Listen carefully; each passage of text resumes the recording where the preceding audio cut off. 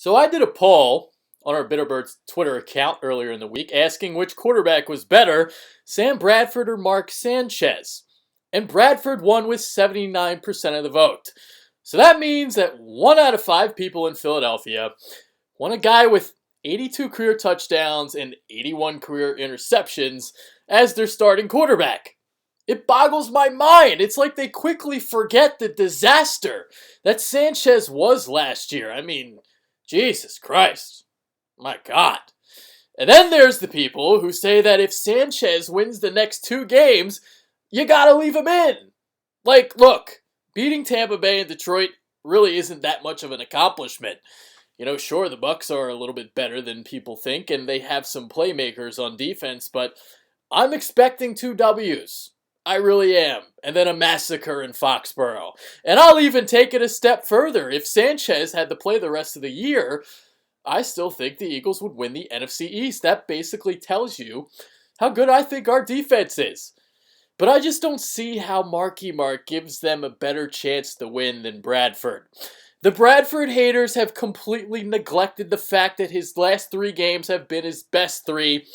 He's been looking a lot more comfortable in the pocket, a lot more comfortable using his lower half and driving with his legs. And according to Pro Football Focus, Bradford has been the second most, accurate quarterback in the league the last 4 weeks behind some guy named Brady.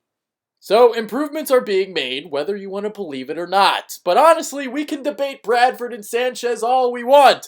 The truth is, the Eagles aren't going to win any games if the offensive line continues to play the way they did on Sunday. I mean, God, that was just awful.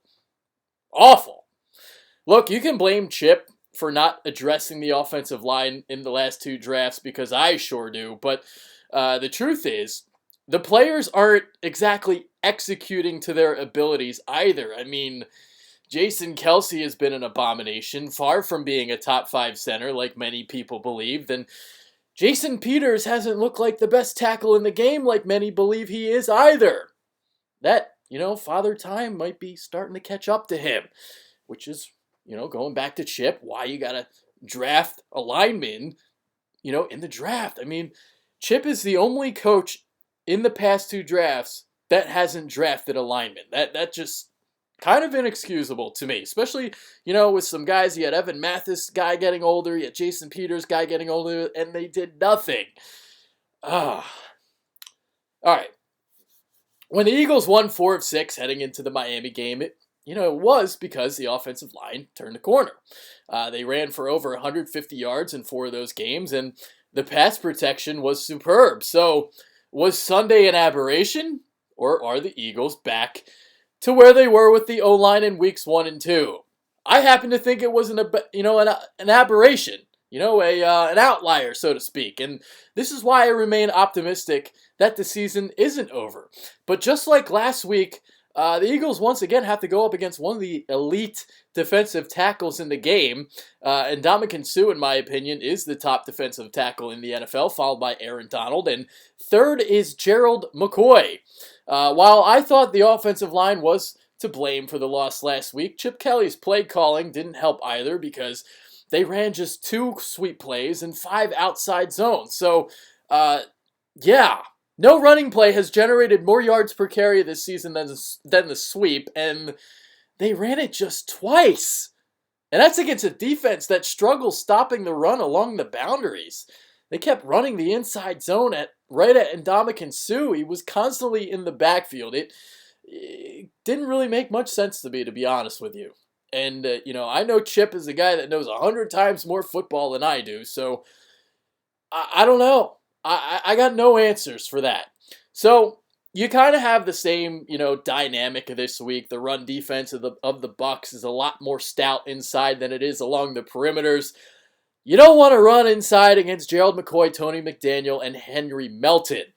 With this being said, however, the Dolphins were 31st against the run, 26th in yards per carry allowed, and Tampa Bay is a lot better, ranking 12th overall and 3rd in yards per carry allowed. So it's going to be tough sledding. And even if you want to run outside, you got to deal with the lightning quick Levante David. by far the most underrated linebacker in football. Where the Bucs are vulnerable defensively is stopping the pass. 30th overall in passer rating allowed at 102.5. So I'm really curious to see how Chip approaches this game. Does he go with a more 50-50 run-pass ratio, which was very successful when the Eagles won 4 of 6, or does he play the matchups and let Sanchez rip it a little bit more? We shall see. As for Tampa Bay's offense, I just don't see how they're going to score enough points against our defense. Sure, I got to give the Bucs credit. They've gone out and they've won some games on the road. They just beat Dallas. They've beaten Atlanta. In Atlanta, who else have they beaten? They've beaten New Orleans. So, some tough places to play. Dallas isn't really that tough a place to play, but I'm not going to get into that. But Atlanta, New Orleans, these are two domes. These are two teams that, win a lot at home, although the Saints have kind of been struggling lately at the Dome. But Atlanta, man, they never lose at home. And Tampa Bay went in there and they beat them. So now they're coming to Philadelphia. We'll see what happens. But that Jameis Winston-led offense, they only scored 10 points against Dallas last week. And Vincent Jackson remains out due to injury. And Billy Davis always comes up with solid game plans against rookie quarterbacks. And speaking of our defense, this is where I want to give Chip a little bit of credit, because I think the Chip GM thing is being slightly overblown, because he has helped turn this defense into one of the better units in the league. The Thurman signing was huge. Say what you want about Byron Maxwell, but he's been solid. And how can you forget the steal that was Jordan Hicks? The jury is still out on Kiko Alonso. We'll see what happens with him. Davis says the goal of the defense is to be first in points per drive. Well, the Eagles are 7th this year after being 15th a year ago and 14th in 2013. And how about that secondary, which is ranked 10th in the league in quarterback rating allowed at 83.5. Quarterbacks had a 91.6 passer rating against the Eagles a year ago, and that was 21st. So, defense has gotten a lot better, and, I think this is something people have to look at here, because our defense is pretty good. We're a top 10 unit in the league, and, everyone's just focused on the offense and just, and sure, it's been a mess. The Eagles are 23rd in points per drive, and I believe last year they were 13th. So there has been a drop-off. When a lot of people like to point, fingers at Chip for not re-signing Jeremy Maclin.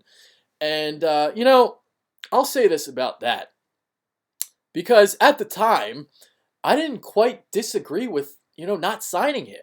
Maclin is being paid top 10 money. He's being paid, I believe he's 9th, being paid the 9th most out of all receivers in the league. So, the Maxwell haters are like, well, he's getting top 5 money and he's not a top 5 corner, which is true. There's no disputing that. But then it's like, well, is Maclin a top 10 wide receiver? Because he's not. He simply isn't.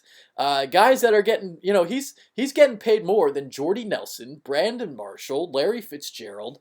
I believe Randall Cobb is on there. Who else?